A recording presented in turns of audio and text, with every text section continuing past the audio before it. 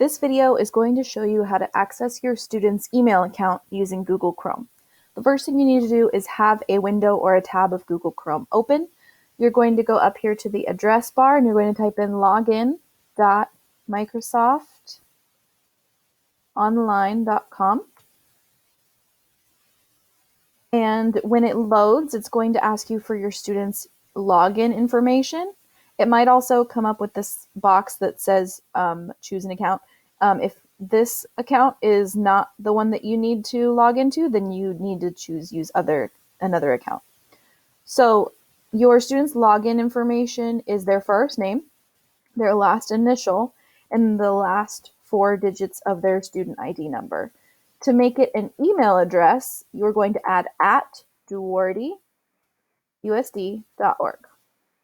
And I'm having a really hard time spelling today, so please forgive me. So that is an example of what your student's email address will look like from the school. Obviously, you're going to have something different here at the beginning to log in because it's unique to each student. But for this video, I'm using a test account. So I'm going to type in my information, and then you're going to click next. Then when it asks you for the password, your student's password should be their 5-digit lunch number. This is the same code that they type in at school in order to get their lunch in the cafeteria. But again, I have a different password, so I'm going to type that in and click sign in. You can also press enter instead of clicking signed in. Now, when it asks you if you would like to stay signed in, this is up to you. It's a matter of preference, but I would recommend choosing yes, because it's going to save your student a lot of time and it's going to take them straight to email instead of having to log in every single time they need to access it. So I'm going to click yes. And then it's going to take you, you'll see in a second, to a list of icons. The one that you need to look for in order to go to email is this one. It's Outlook. It has an O and a little envelope. Just in case it's not in this list when you first open it, you should click All Apps. And then it's going to take you to this page with a lot more icons to choose from. Once you find Outlook and click on it, it should show up on that start page when you first get to it.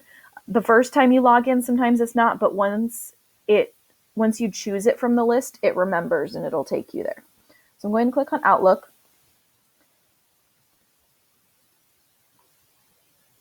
And that takes you to your email. Now, Outlook is set up very similarly to Gmail or Yahoo or pretty much any other email interface you would use. You have your inbox, sent, drafts, other folders over here that you can explore.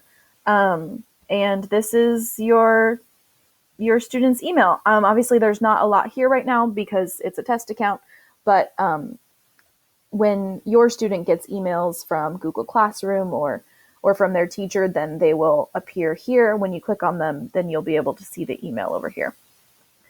Here's the button to compose an email as well.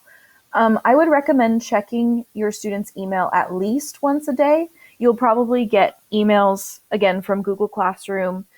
So it's important to stay on top of that and just develop a routine for how often you are going to check emails, and that'll really help you stay on track for distance learning. So I hope this video was helpful to you, and have a great day.